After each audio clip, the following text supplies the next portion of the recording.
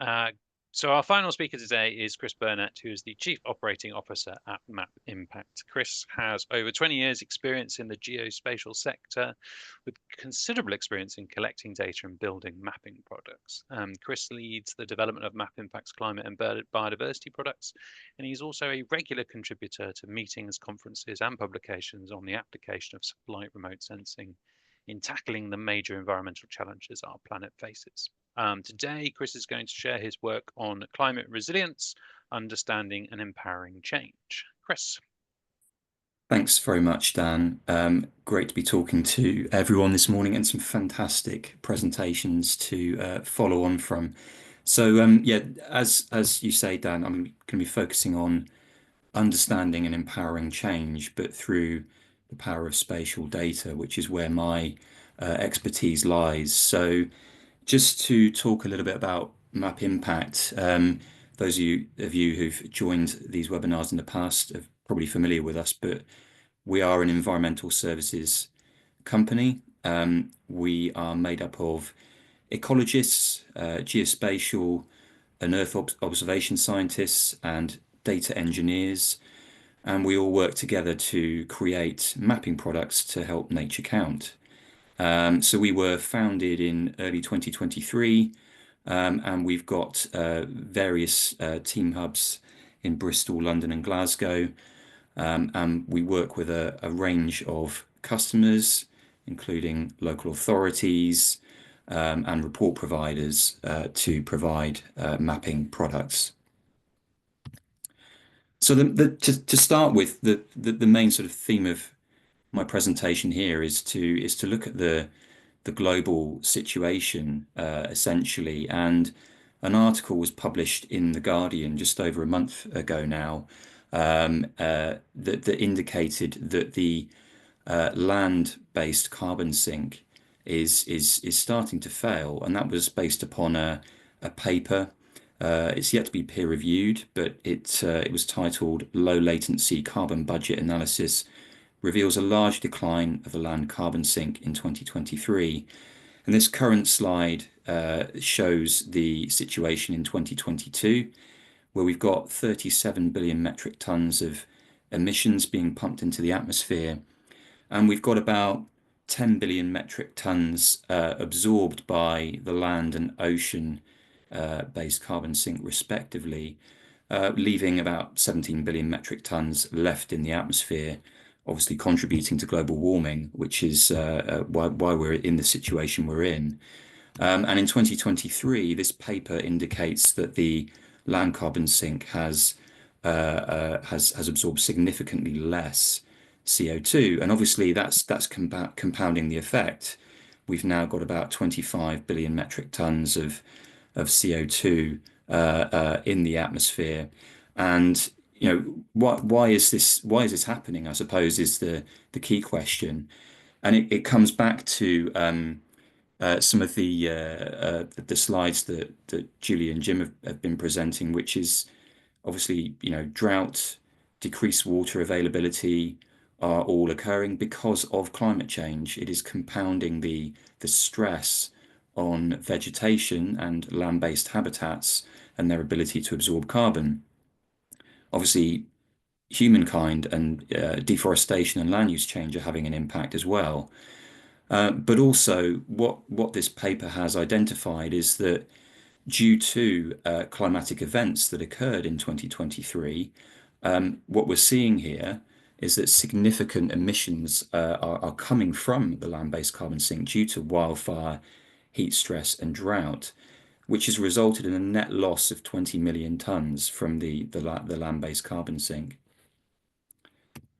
And specific events such as the highly publicized wildfire in Canada last year, those were fueled by very high temperatures, widespread drought, and 6,000 individual fires affected 15 million hectares of land, which is in excess of the area of England. So a significant event here that contributed about 0.6 billion tons of CO2. And similarly, the drought in South America, which began last year and has been continuing into 2024. Obviously, deforestation, we're all familiar with deforestation in this part of the world, which continues, but I've read has been easing off a little bit recently, but that's impacting upon the drought and also climate change impacting upon El Nino, which was stronger and longer in 2023, which again is impacting upon the emissions in the atmosphere. And heat itself, as obviously the planet continues to heat, so the surface air temperature continues to grow. And it was the warmest year on record in 77 countries. And this is set to continue, which is compounding the effect further. So, it's a bit of doom and gloom there, but effectively, what are we doing to combat climate change and bringing it a bit closer to home within the UK? We have guidance and legislation such as the UK Climate Change Risk Assessment, which is regularly updated by the government. And we've also got the Law Society Climate Risk and Conveyancing Practice Note. And the latter of those two gives guidance for organisations and homeowners from solicitors, which gives them advice on how their physical property may be affected by climate change over the next 5 and 30 years, what that means for their property, what it means for them in terms of their own health, and how their property will be affected by events such as wildfire, heat stress, subsidence, coastal erosion, all within the UK. So it's bringing it much closer to home and raising awareness.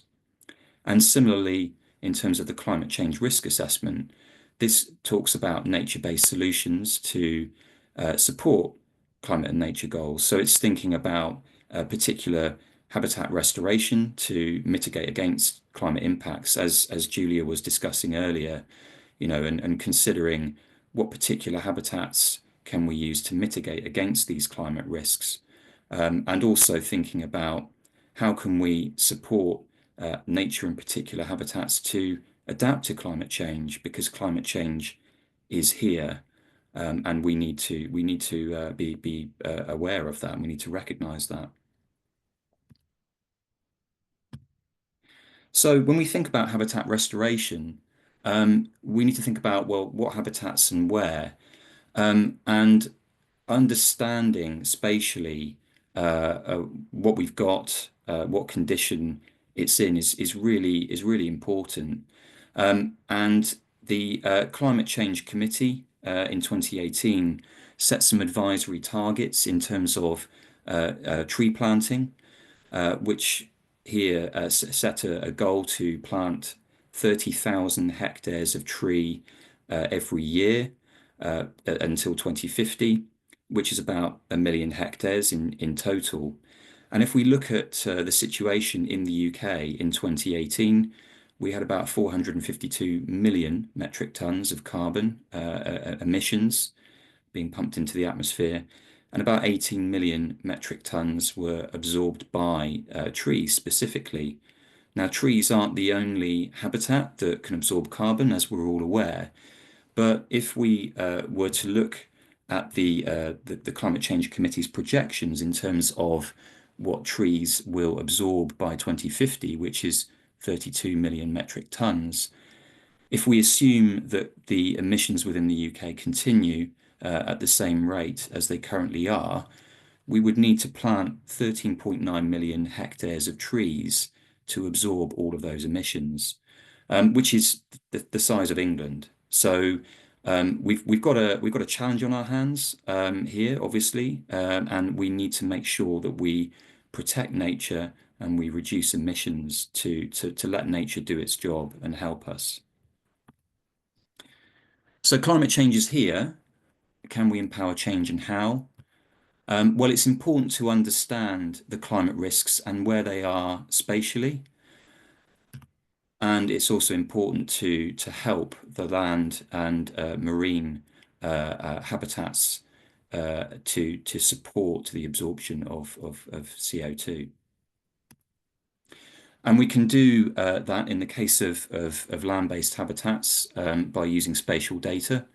So at Map Impact, we have created a data set called HeatView, which is available right now. And that starts to give us an understanding of climate risk with respect to heat across the country. This is obviously a national data set, and it's available right now. We have a data set for 2023, and the intention is to update this on an annual basis to give an understanding of susceptibility of heat, particularly in urban locations, as we can see here. And in January, we are intending to launch 2 additional products to complement HeatView within our climate risk suite, which are based upon the understanding the susceptibility of wildfire and drought. So these will be spatial data sets that are using satellite data, so using thermal infrared in terms of understanding heat, and also historic information regarding wildfire and drought, combined with satellite-based information that understands vegetation health, as Jim was talking about earlier, understanding the history of NDVI and where drought is occurring, and also precipitation and moisture data sets, which will provide an understanding of susceptibility and the level of risk that each of these climate events present. And all of this will support the Law Society practice note guidance in terms of where and when this starts to become a risk. And so our technical team conducted a bit of a case study, which was to consider combining our spatial data sets to understand, what are we seeing here in terms of habitats that are at risk, and how can we start to use these data sets to mitigate against the effects of climate change. And so here, this is an overview of our wildfire susceptibility for the county of Huntingdonshire, and we've categorized this into 5 risk categories, from very high to very low. And when we start to look at this, and we start to zoom in into the area of Huntingdon itself, we can see here we've got the urban area, we've got an airfield and a logistics centre, quite a lot of arable land and grassland, but we've also got the Godmanchester Nature Reserve and the River Valley here, and we overlay the data set, and we start to see, again, close correlation here in terms of very high susceptibility to wildfire, where we've got vegetation and grassland, and very low where we have the nature reserve, the River Valley, and areas of wetland, which is as you would expect. And when you start to align that with biodiversity view, which is our data set that we've already produced, that gives an understanding of the type and condition of habitats, over 60 habitats across Great Britain, we can start to understand what habitats are most at risk from wildfire in particular in this case, and what habitats will mitigate against them in that using that spatial context, which really helps with the planning element of it, as Julia was mentioning earlier. And what we could start to see when we sort of align the data sets together across the whole county, we can start to break that down in particular habitats, and we can see that, as you would expect, generally mixed scrub, heathland type habitats have a very high risk of wildfire in combination with grassland and horticulture, and again habitats such as lowland fens, wetland habitats have a low risk. And we've removed water-based habitats completely from this assessment because they should obviously be very low risk. But it becomes a very useful planning tool when you're thinking about biodiversity net gain, obviously. What habitats can you introduce? Where should you introduce them to reduce these impacts? And so, that again, here in terms of an example of where a wildfire has played out recently with the Saddleworth Moor fire, which occurred in 2018 to the east of Stalybridge.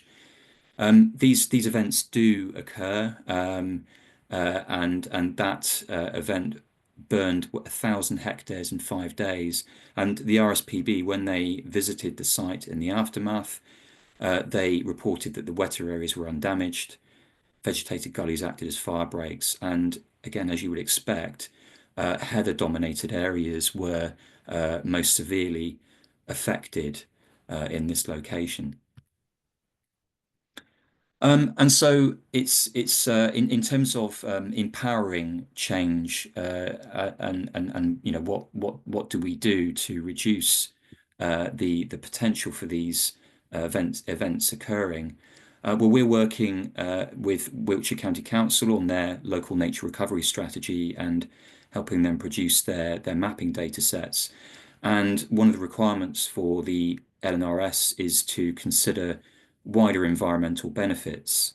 So in this case, they need to start to consider nature-based solutions that will mitigate against climate change. So in this case, they need to be considering identifying areas of woodland or potentially planting new areas of woodland to store carbon, to think about planting woodland in areas that may reduce flooding, and also in the context of urban heat as well. Where can we plant trees? Where can we consider ponds that could cool urban areas and make them more habitable? And all of this can be done by, joining up nature recovery as the LNRS is designed to do, and by understanding where the risk is most likely to occur. So to go back to my initial slide in terms of the current global picture, can we reverse the trend? Well, we're on a certain path now, and I'm not a climate scientist, but we are on a certain trajectory, and it will take a very long time for us to sort of get back on track. But effectively, what we are doing at the moment is raising awareness through the Law Society practice note. We are allowing the population to understand what the impact will be on physical property and themselves in terms of climate change. And we need to continue to highlight ongoing climate events. Obviously, we've also had the recent floods in Spain, which are highly unusual. Action, we need to reduce emissions. We can't just rely on nature alone, as has been indicated from this paper that's been released. We need to continue to consider rewilding, as we are doing, and strategies such as the LNRS and BNG. Monitoring is critical. These strategies are vital to reversing this trend, but we need to continue to monitor the condition of habitats that we've introduced. We need to understand their susceptibility to climate risk, and we can only do all of that with a spatial context in mind. Thank you all very much.